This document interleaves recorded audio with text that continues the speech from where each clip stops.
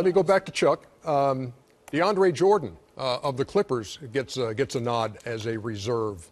Explain DeAndre Jordan's selection on your part. Well, I rewarded winning. The Clippers have one of the best records in the NBA. They missed Chris Paul for this guy. He's a great shot blocker. He's a great rebounder. He has great energy. And I just rewarded guys for winning. You know, Ernie, and just for the record, Shaq not having a Spur on his team, that's not a bad decision, him wearing that jacket and tie combination tonight. Even from miles and miles away, shots fired. You're able to take a shot. That's a good one. Would you like to respond? No, that's a good one. You look good in that Orca Well blue. Hey, Grant. Yo. Your move on the checkerboard over there.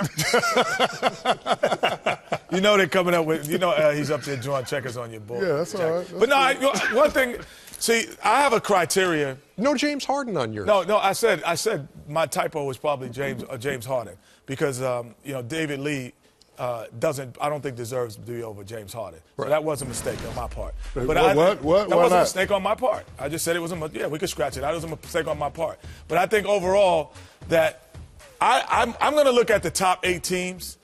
Not actually in the top 8. I'm going to look at the top 6. And if I can get 7 guys out of the top 16, then you don't see anybody else.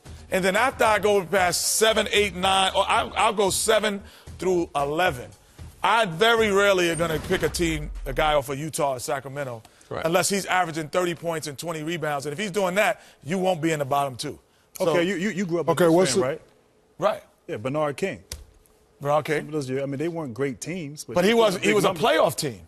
Okay. They were playoff. So I'm going to look at my top 6, and I could get 7 guys out of my top 6. All right, Kenny, Grant, Ernie, the past criteria, what was the criteria of being an all-star? When I was coming up, you had to be a bad mofo, shut your mouth, win or lose. And we judge that by stats. Bernard King, like he said, so let me ask you this question. I don't think the criteria has ever been set. If Minnesota, if Kevin Love hadn't been voted in by the fans, he would have had a tough time making. He would have had a tough time making my thing. I'm not saying he wouldn't have, but it would have been. I would have had him down. It would have been him.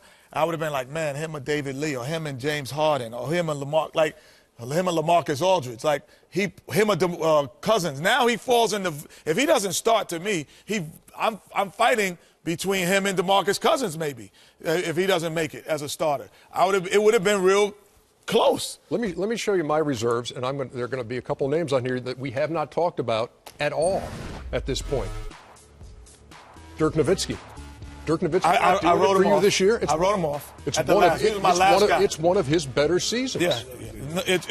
And that's what I'm saying. I'd love Anthony Davis in front of the home folks to make it. No Dwight? A 20-10 guy. No Dwight, who leads the league in blocks. No, I didn't put Dwight on. And here's Chris the deal. Paul. Because you know what? And you have Mike Conley. The Chris Paul thing, the injury situation comes up, so I think that that enters into that. Dwight's going to make it.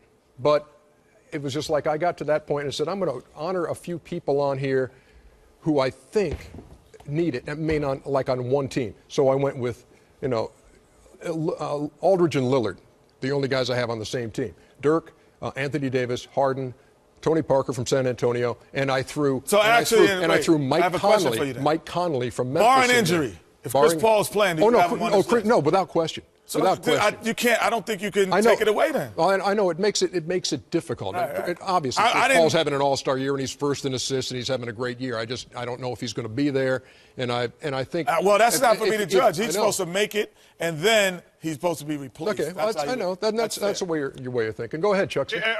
Ernie, listen. We have this debate every year, and I don't ever want to rain on anybody's parade. It's always great to be selected an all-star, but. Listen, one of me and Kenneth's criteria has always been we're going to reward teams that win. Listen, Shaq talk about guys, we call those guys looters in a riot. Just because you put up numbers, that don't mean you know bad Mama Jamma, Shaq. You go out there and get a bunch of numbers. You know it. No, not true. Just getting numbers don't make you a great player. It's a lot of guys in the Hall of Fame who didn't win and put up great numbers. And we can have the same conversation whether they're a great player or not. No, there ain't no bad players in the Hall of Fame. I can promise you that. You're not in there, so clearly you're not. But let me tell you something. And, you know, Grant, guys talk about Bernard King. Listen, Bernard King was a great player, and his team was in the playoff picture quite a bit. But those I'm not as guys old as you who on guys, those- so my bad. Hey, those guys who on those last place teams, I did when I looked at the list, when we got the starters, and we go get to the Eastern Conference. Yeah. One of my selection is Raptor. I know we'll get to that. That's good So- foreshadowing by That's you. for Well, sure. yeah. But I'm not. Yeah, but gonna not only put that- guys- Okay, what about Goran Dragic? He was on. But no, I agree. I agree with Chuck in this regard because, and maybe I'm tainted by being on a bad team before, or a couple bad teams, and also having guys. I could see how they get from 17 to 22 in their stat line, and it wasn't impressive to me. And they actually talked about it, how they're going to do it. And so I played with guys who did it. So maybe I'm tainted because of that. But then I've been on winning teams when a guy comes in and he gets the hardest 14 that you can imagine, and it really makes an impact on the game, and he knows that. So I'm tainted by that. I really am, and I'm not gonna dispute that. So I always look at the first 6 teams first, and I never look at the bottom 3.